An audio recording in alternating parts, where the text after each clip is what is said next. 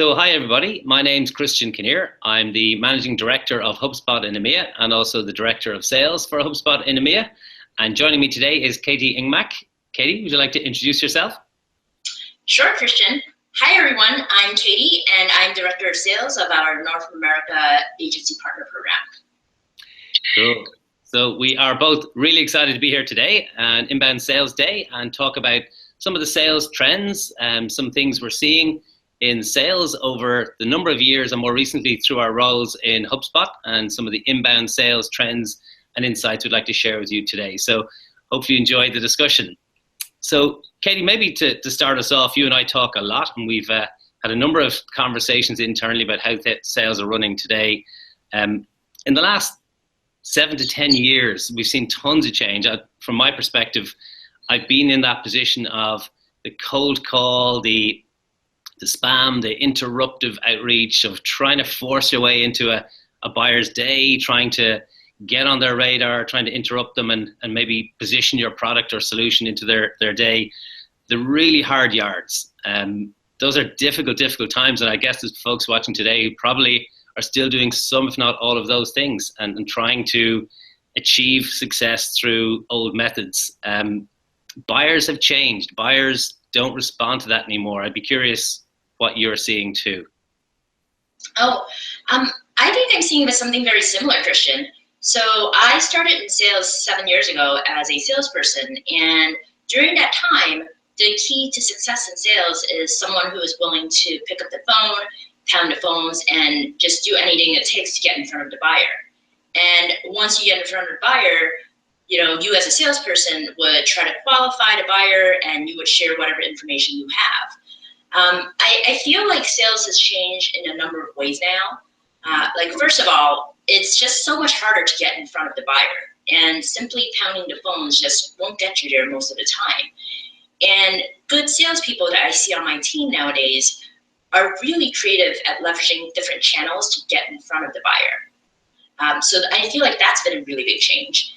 And the second major change I've seen is that as a salesperson, once you do get in front of your buyer, you're much more likely to get in front of a savvy buyer who is already knowledgeable about what they want, as well as knowledgeable about your product, your services, as well as their alternatives. So all of a sudden, as a salesperson, creating value for the buyer has become much more complicated. Yeah, 100%. Yeah, isn't it interesting? You're in the US market, I'm here in EMEA, and the world over, we got the same kind of trends happening. I think the old world of sales folks thinking we can control the sales cycle and that it's in our hands to bring people through our sales cycle, those days, unfortunately or fortunately, are gone. I mean, it's a buyer's world now where the buyers decide the journey they're going to take. They have far more control. You talked about that savvy buyer. We see that all the time, and I'm sure lots of folks watching this see it too, that buyers are much more enabled to go and do the research, do those first 2-3 steps of the sales or buying cycle.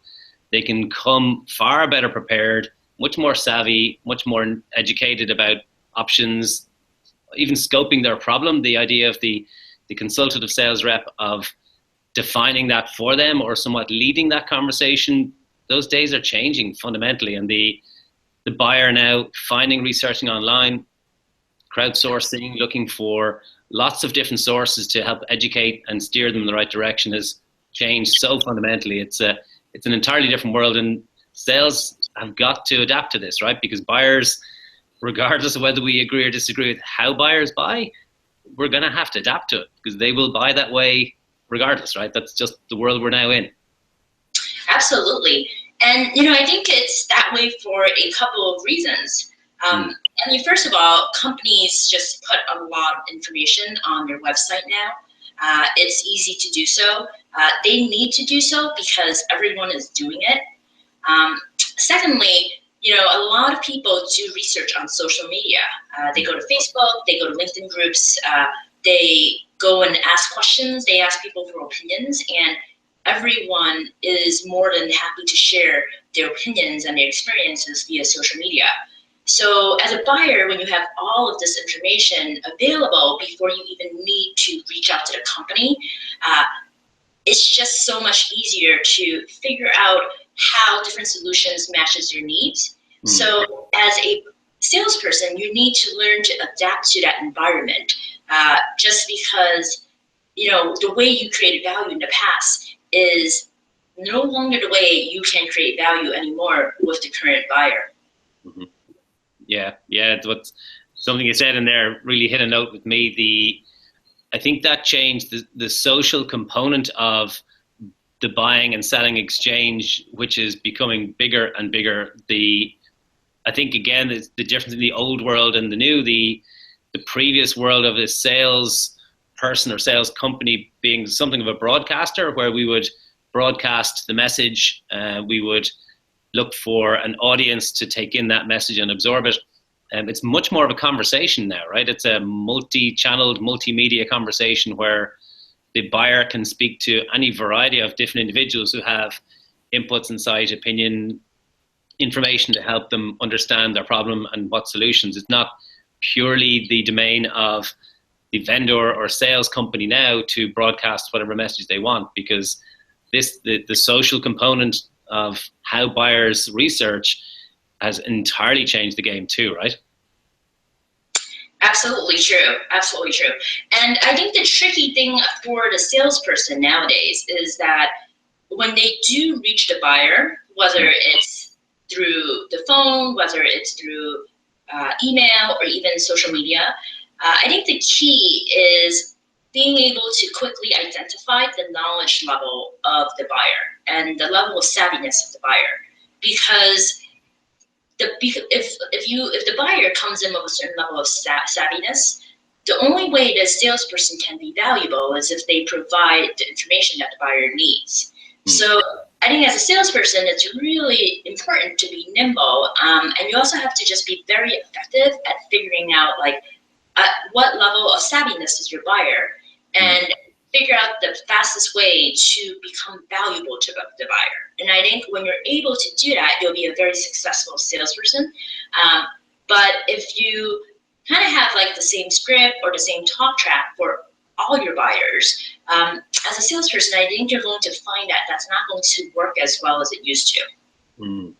Yeah, that's really, really key. And we are coming from a bit of a point of bias in that living in this inbound world that we're in, our sales reps at the moment have an advantage being able to understand the journey people have taken and understanding the context of their question, query, the issue or problem they're trying to solve. But you're absolutely right. I think for any salesperson in any industry, anywhere, that point of the buyer's expectation actually has changed now too, where they actually expect you to very quickly customize and adapt the messaging that you just described, where the old method of vanilla flavored, one size fits all, a standard sales pitch, a standard deck, standard email, standard messaging, those days are gone. Buyers' expectations have gone up because there's, in the consumerization side of our business, consumerization in general of the business world,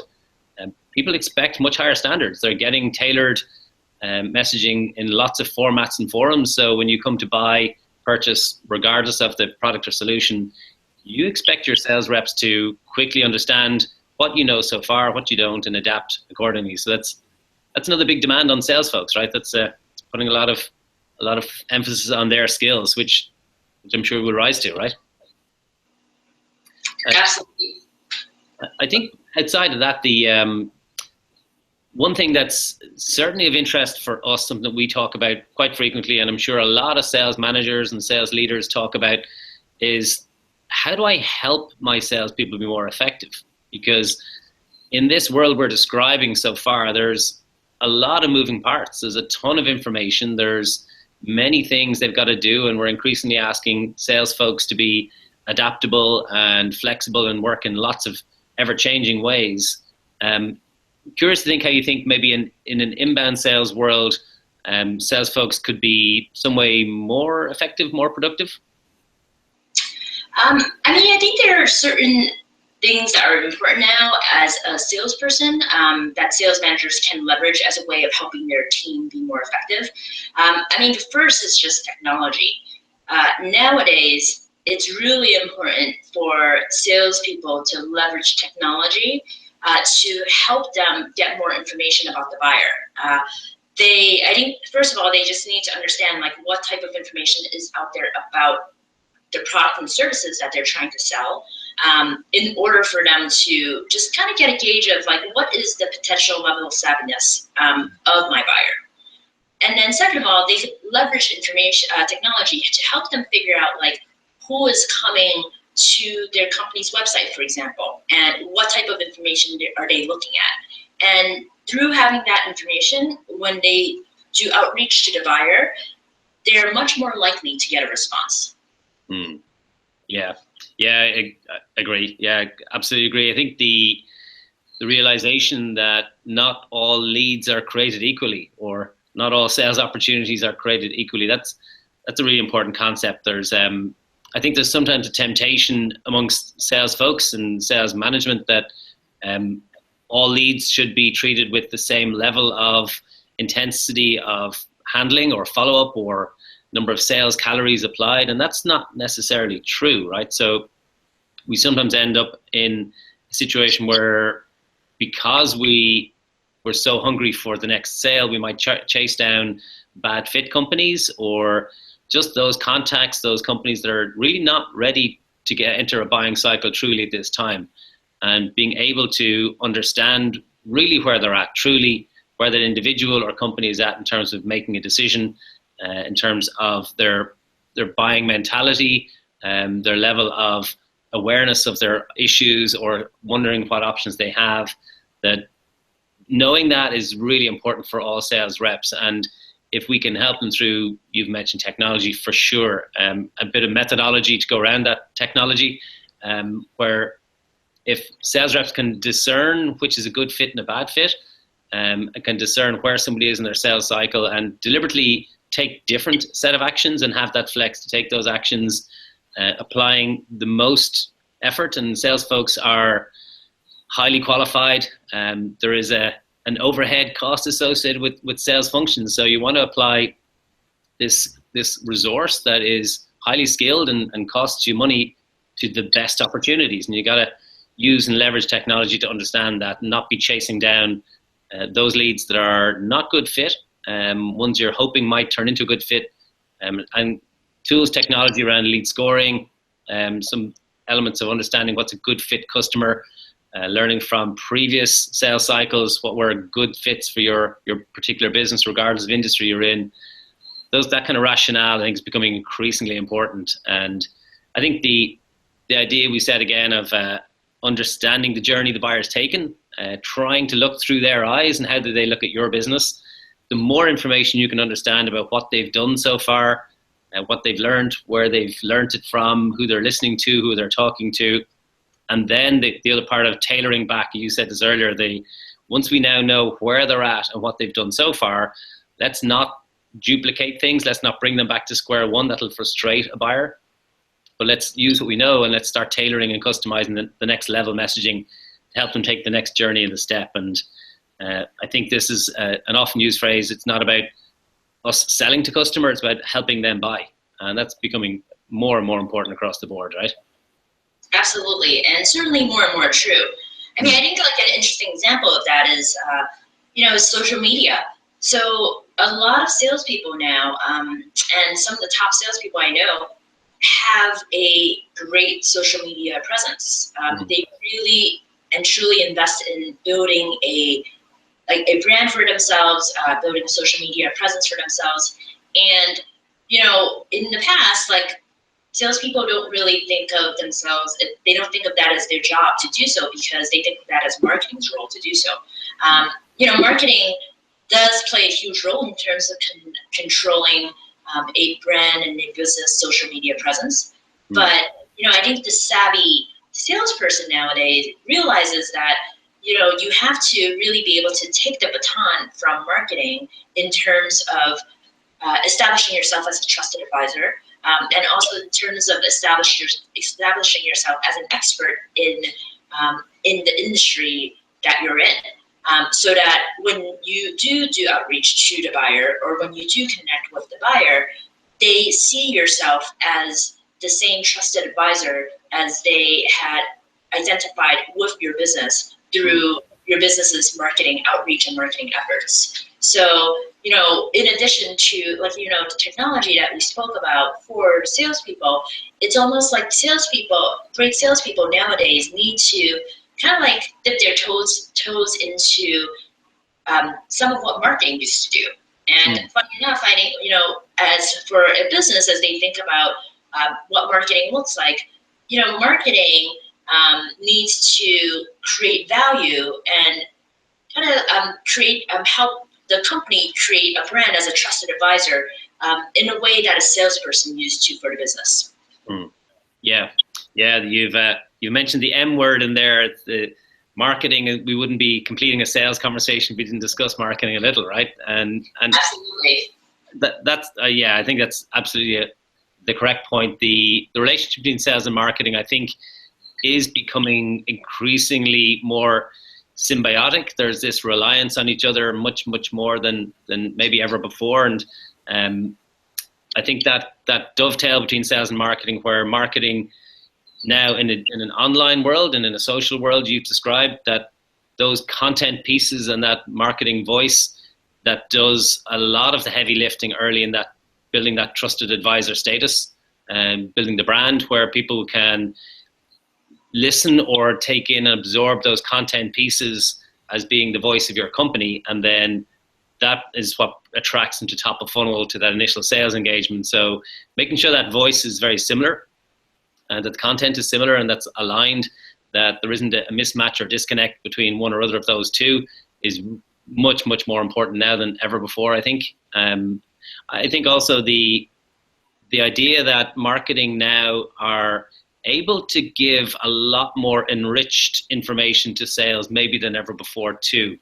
And again, through the lens of an inbound view of the world, the idea that you used to get a name and a phone number, and that was pretty much it in a sales world. And again, some folks listening here might still be in that world right now, but that still feels like predominantly a cold position to start from as you're reaching out to those folks, even if they've come in off your website. But being able to give additional enriched information of the journey they've taken, content they've maybe been looking at, and when they've looked at it for how long, and just a lot more sense of the journey they've taken will, as a sales rep, put you in a far better position to start off on the right foot, build that credibility, build the trust, and tailor those messages. Crucially tailoring again, where that first interaction with that prospect will be, wow, you guys already know me, or feels like you guys know me very well on this first impression, first call, and you're set up for success from then onwards. So that relationship is so crucial. Absolutely, yeah.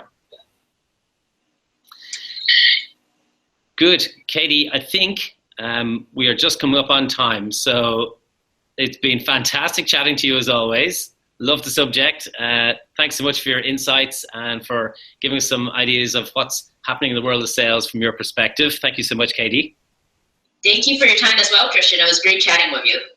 Thanks so much. And thank you everybody for listening in. I hope you enjoyed this session, and we hope you enjoy the rest of the sessions too. Thank you so much.